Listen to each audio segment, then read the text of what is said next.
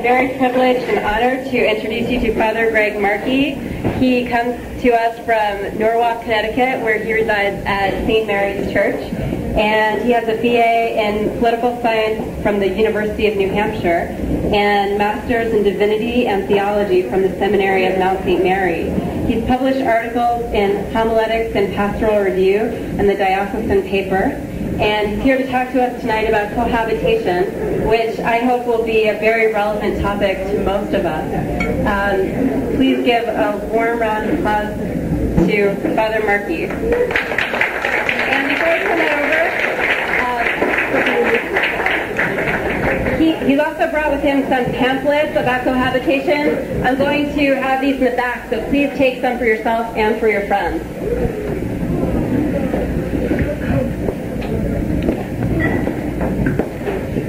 I normally do these theology taps on tap around New England, Long Island, and many different places. And it's always interesting going to the bars and trying to find the bars, because I'm driving around in my car and I'm rolling down the window and I always say, "Do you know where so-and-so bar is? Do you know where the Turtleback bar is?"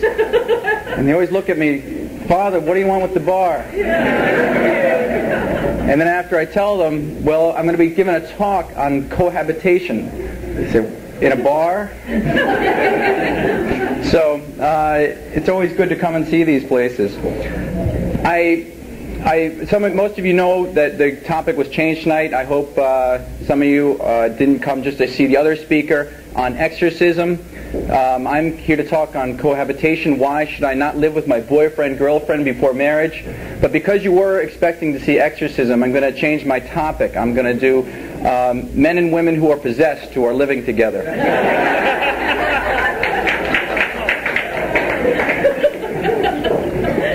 So we can start with that.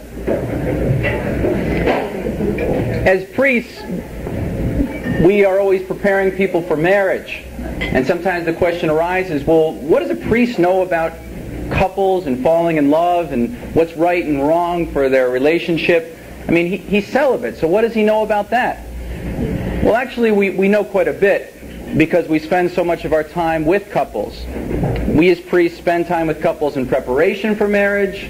We spend time with couples after they get married.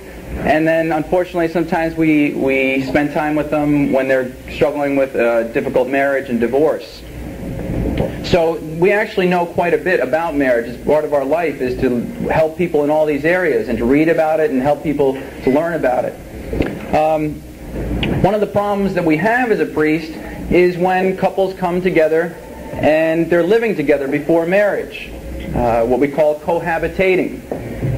Let me just define cohabitating so that we're all on the same page and we all understand what I'm talking about when I say cohabitation. Cohabitation is when a man and a woman are living together prior to marriage and they are sexually active. So when I talk about cohabitation tonight, that's what I'm talking about. A man and a woman prior to marriage who are sexually active. This is very common. This is very common, as we all know. As a priest, I can see it all the time. I would say more than 50% of the couples that come to me for marriage are already living together. And it always starts out with an interesting conversation. And I would say, "Can you put down your addresses, please, where you live?" And look at the one address, 66 Palmer Ave, 66 Palmer Ave. Wow, are there different apartments there in 66 Palmer Ave? No, Father, one house. And then the conversation begins. How long have you two been living together? And we go on from there. And this is such a common scenario that I decided that I needed to put together some information so I could discuss with couples why this is not good for their future, why it's not healthy for them. I put together a little pamphlet here, and it's hopefully going to be passed out tonight, called Cohabitation. Is it right for your future? Is it good for you in your future? And the idea is I go through that with couples when they come in. And the question I always ask them is, well, why are you living together? Why is it that you decided that even before you'd form some kind of legal or sacramental bond, you'd go and live together? Sometimes they'll say, well, it's economics, Father, or, times are tough and It's much easier if we can just combine our salaries and live together. The more common answer, though, is usually, well, Father, we wanted to see if it was going to work. We wanted to see if it's going to work. Is it going to work out? And Father, before you buy a car, you're going to drive it, right? So, we want to see if this is going to work.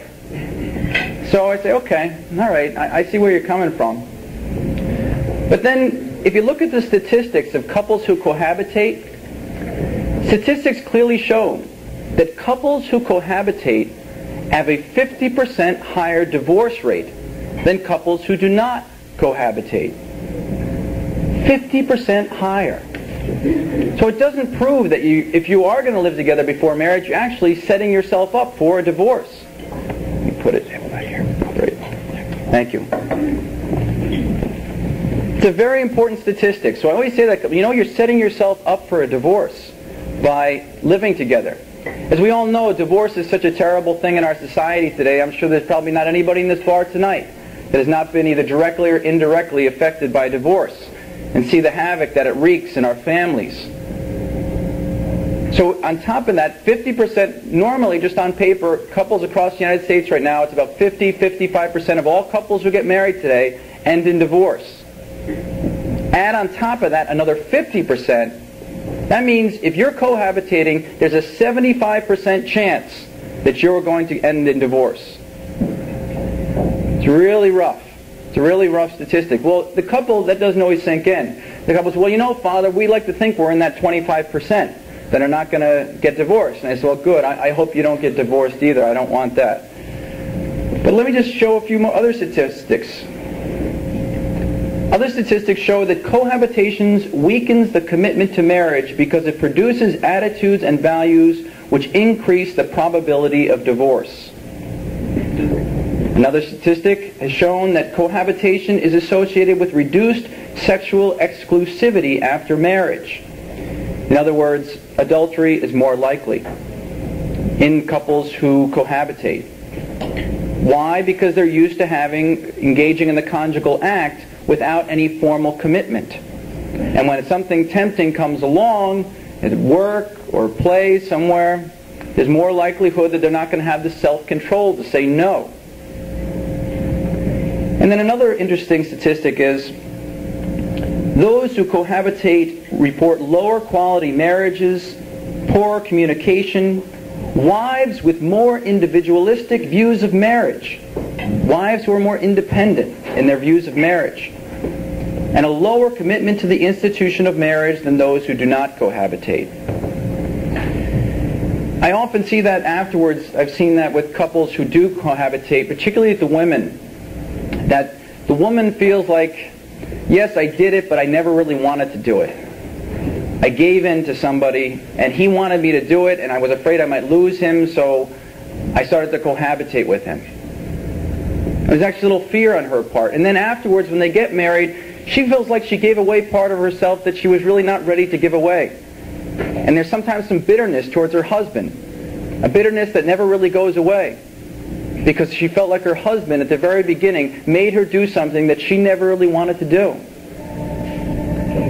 So that's when these statistics come up when they say wives have a little more individualistic idea of marriage. I think it comes from there. And if you want to see where I got those statistics from, it's at the bottom of the pamphlet. It's all footnoted for you. So those are the statistical reasons. So when anybody says, well, I want to cohabitate because I want to see if it's going to work, it's just the opposite. If you want to make sure your relationship's going to work, don't cohabitate, at least statistically speaking. Okay. Then there's just the regular reason. Why should you not cohabitate? Because God doesn't want it.